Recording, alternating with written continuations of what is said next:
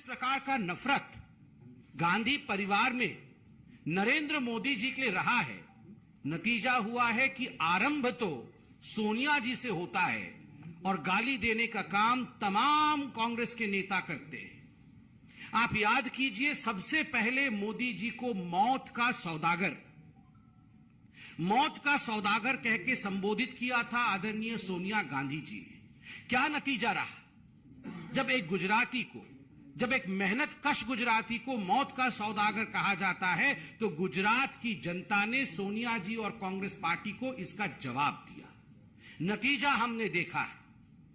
और आज फिर से मल्लिकार्जुन खड़गे जी प्रधानमंत्री जी को रावण कह रहे हैं। और इतना ही नहीं, आज से एक हफ्ते पहले मधुसूदन मिस्त्री जो कांग्रेस के बड़े नेता हैं, उन्होंने कहा था कि हम मोदी को औकात दिखा देंगे।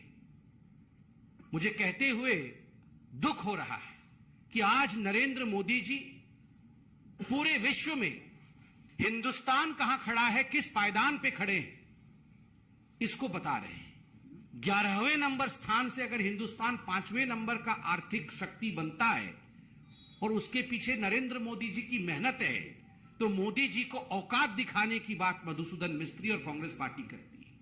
बंधुगण, इतना ही नहीं, आप याद करिए किस प्रकार से शेख हुसैन ने प्रधानमंत्री नरेंद्र मोदी के लिए 2022 में कहा था कि वो कुत्ते की मौत मरेगा। प्रधानमंत्री के लिए इस प्रकार के शब्दों का प्रयोग। और सुबोधकांत सहाय ने कहा था हिटलर की मौत मरेगा मोदी।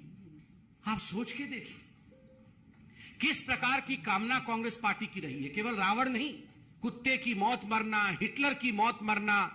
अलका लांबा ने कहा था वो नालायक प्रधानमंत्री है।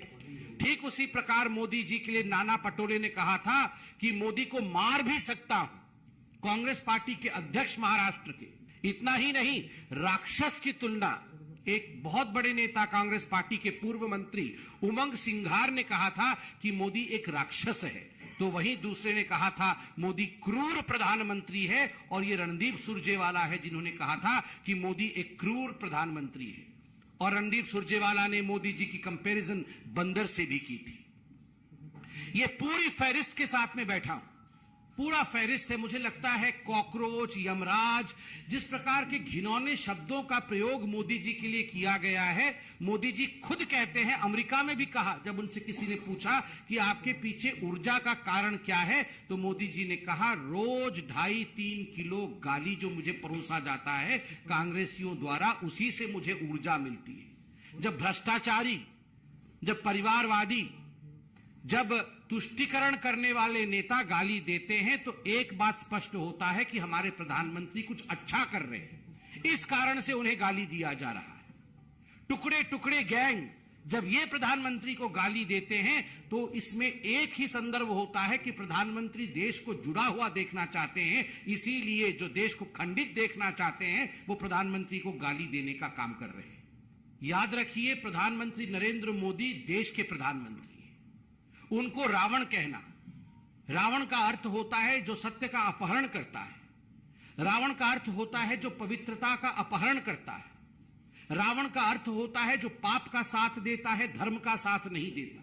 प्रत्येक गुजराती से आज हम ये अपील करते हैं कि जिस पार्टी के मुखिया ने इस प्रकार के शब्दों का प्रयोग गुजरात के स्वाभिमान के लिए, गुजरात के बेटे के लिए, गुजरात के सपूत के लिए किया है, प्रत्येक गुजराती उनके खिलाफ खड़े हो जाए।